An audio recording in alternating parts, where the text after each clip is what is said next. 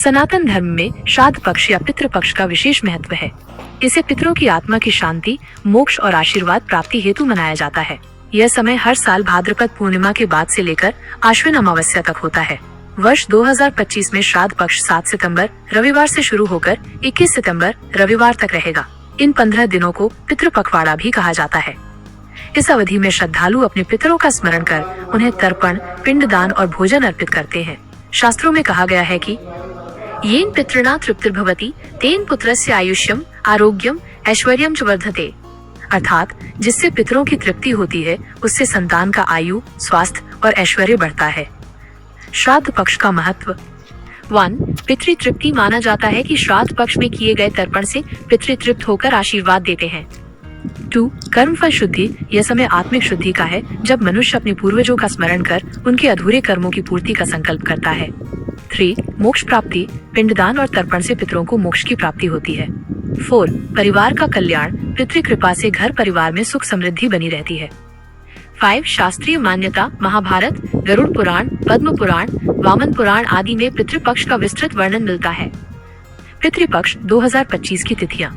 तिथि वार, श्राद्ध तिथि द 7th of September रविवार, पूर्णिमा श्राद्ध आरंभ द 8th of September सोमवार, प्रतिपदा श्राद्ध द 9th of September मंगलवार, द्वितीय श्राद्ध द 10th of September बुधवार, तृतीया श्राद्ध द 11th of September गुरुवार, चतुर्थी श्राद्ध द 12th of September शुक्रवार, पंचमी श्राद्ध द 13th of September शनिवार, षष्ठी श्राद्ध द 14th of September रविवार, सप्तमी श्राद्ध द 15th of September सोमवार, अष्टमी श्राद्ध द 16th of September मंगलवार, नवमी श्राद्ध द 17th of September बुधवार, दशमी श्राद्ध द 18th of September गुरुवार, एकादशी श्राद्ध द 19th of September शुक्रवार, द्वादशी श्राद्ध द 20th of September शनिवार, त्रयोदशी और चतुर्दशी श्राद्ध द 21st of September रविवार, सर्वपितृ अमावस्या समापन।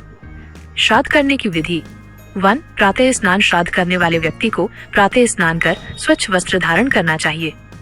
2. संकल्प गायत्री मंत्र, पितृ गायत्री और पितरों का स्मरण कर संकल्प लें, मैं अमुक तिथि पर अपने पितरों की तृप्ति हेतु श्राद्ध कर्म कर रहा हूँ। 3.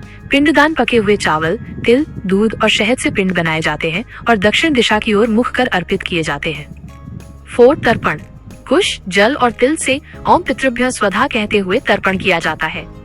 5. ब्राह्मण भोजन, शास्त्रों में कहा गया है कि पितृ ब्राह्मण के रूप में भोजन ग्रहण करते हैं, अतः ब्राह्मण भोज अवश्य कराना चाहिए।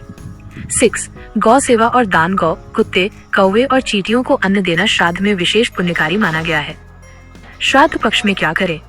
1. पितरों के लिए तर्पण, पिंडदान और भोजन अर्पित करें। 2. ब्राह्मण, गौ, कुत्ते और कौवे को भोजन कराएं। 3. दान दक्षिणा दें। 4. अपने माता पिता और पूर्वजों का स्मरण कर आशीर्वाद लें। 5.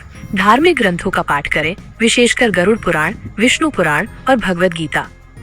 श्राद्ध पक्ष में क्या न करें? 1. मांस मद्य का सेवन न करें। 2. झूठ, चोरी, हिंसा और छल कपट से बचें। 3. तामसिक भोजन जैसे लहसुन प्याज का सेवन न करें। 4. किसी का अपमान या निंदा न करें। 5. अशुभ कार्य जैसे विवाह, गृह प्रवेश, नई वस्तु का शुभारंभ न करें। पौराणिक कथाएं और श्राद्ध पक्ष 1. करक चतुर्थी और पितृ कथा है कि जब महर्षि करक ने श्राद्ध का महत्व बताया तभी से यह परंपरा प्रचलित हुई। 2. कर्ण की कथा, महाभारत में वर्णन है कि जब कर्ण स्वर्ग गया तो उसे सोने चांदी के आभूषण मिले पर भोजन नहीं मिला। देवताओं ने बताया कि उसने जीवन भर दान तो किया लेकिन पितरों को जल और अन्न नहीं अर्पित किया। तब कर्ण ने पितृपक्ष में श्राद्ध किया और पितृ तृप्त हुए। 3. रामायण प्रसंग, राम जी ने भी अपने पितरों का श्राद्ध करके आशीर्वाद प्राप्त किया था।